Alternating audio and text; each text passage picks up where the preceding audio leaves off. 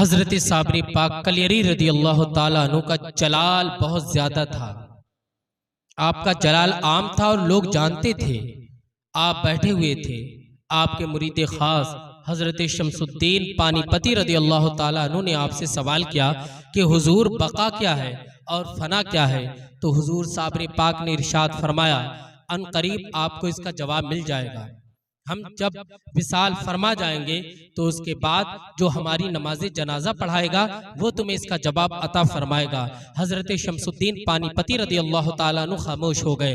حضور صابر پاک کلیری تھوڑے دن کے بعد آپ بیمار ہو گئے اور آپ کا جب وقت وصال قریب آیا تو آپ نے حضرت شمس الدین کو بلایا اور کہا کہ اے شمس الدین سنو، مجھے نہ تو کفن دیا جائے گا نہ مجھے غسل دیا جائے گا، بس ایک کمرے کے اندر مجھے بند کر دینا اور غیب سے سب کام ہو جائیں گے۔ اللہ اکبر۔ حضرت شمس الدین ترک پانی پتی رحمت اللہ علیہ یہ سن کر کے چلے گئے۔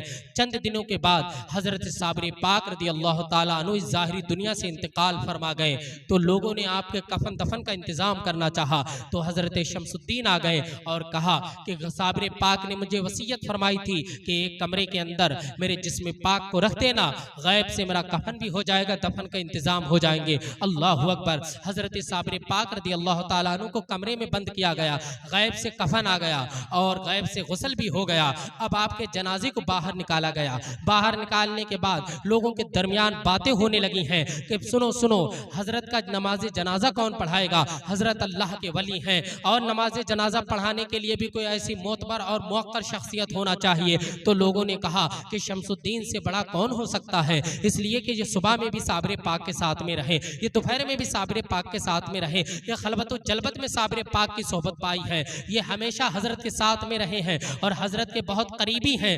تو کہا کہ اے شمس الدین تم نماز جنازہ پڑھاؤ گے؟ تو آپ نے فرمایا کہ نماز جنازہ میں نہیں پڑھاؤں گا، اس لیے کہ میرے مرشد نے کہا تھا کہ جب میرا انتقال ہو جائے تو جو میری نماز جنازہ پڑھائے گا وہ مجھے بقا اور فنا کے بارے میں بتائے گا۔ میں تو بقا اور فنا کے بارے میں اب نہیں جانتا ہوں، لیکن نماز جنازہ پڑھانے کے بعد میں کہاں سے بتاؤں گا۔ اللہ اکبر۔ سارے لوگ خاموش ہیں۔ آپ کے جنازے کو سامنے رکھ دیا گیا۔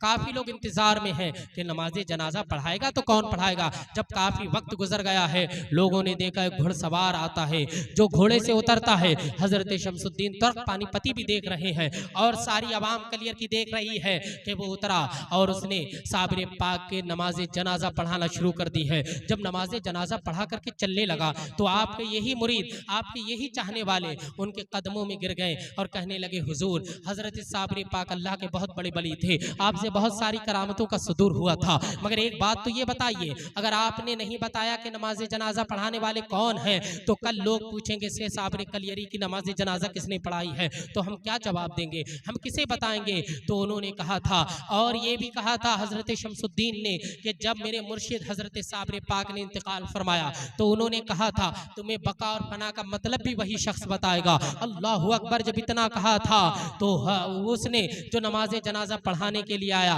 جب اس نے اپنے چہرے سے نقاب ہٹایا، چونکہ وہ آئے تھے اپنا چہرہ ڈھک کر کے کسی کو چہرہ نہیں دکھایا، جب انہوں نے اپنے چہرے سے نقاب ہٹایا، کیا دیکھتے ہیں یہ صابر پاک ہیں۔